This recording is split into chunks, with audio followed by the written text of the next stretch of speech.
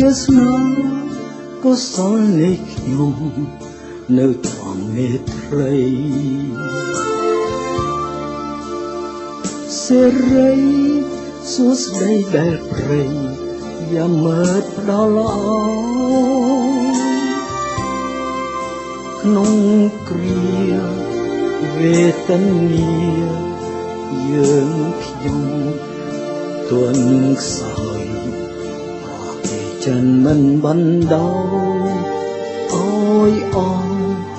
សង្ឃឹម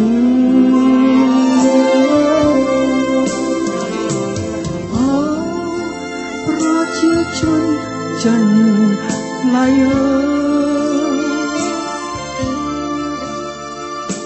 ញ៉ាំពុំចេះកុំតាយទេណាញ៉ាំរាប់អានខ្មែរជាគ្រួសារជួយយើងខ្ញុំអស់ចារំដតជា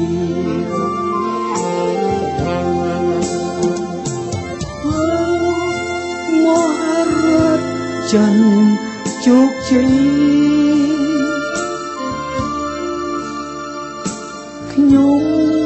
សូមជាប់និស្ស័យនឹងអ្នកដែលខ្ញុំស្រឡាញ់ដោយស្មោះស្ម័គ្ររាជាមាតោភូមិទី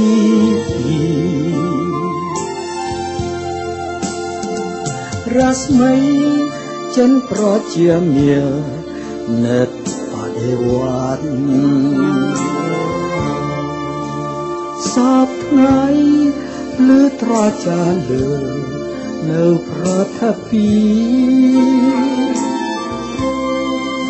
ប្រធានមកសិទុំ